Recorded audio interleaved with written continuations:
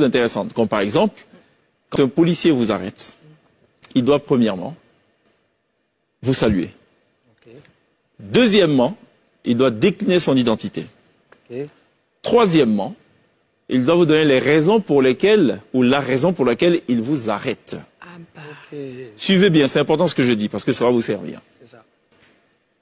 Quatrièmement, donc il doit par exemple vous dire pour la raison, donc le point 3, je veux que vous me donniez par exemple la visite technique.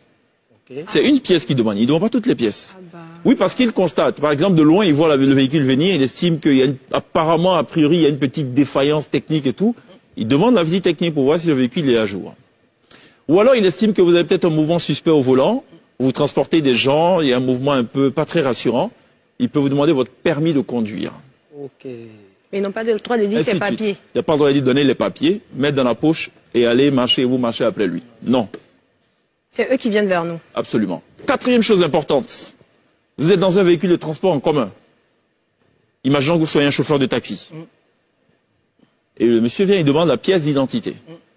S'il y a une seule personne, non, oublions le taxi, un véhicule personnel. S'il y a une seule personne qui présente sa pièce d'identité, il n'est pas nécessaire que les autres présentent leur pièce d'identité. Ok. Parce qu'ils couvrent les autres. Vous pouvez dire non, mais j'ai oublié ma pièce d'identité à la maison, c'est pas un problème et tout, parce qu'il y a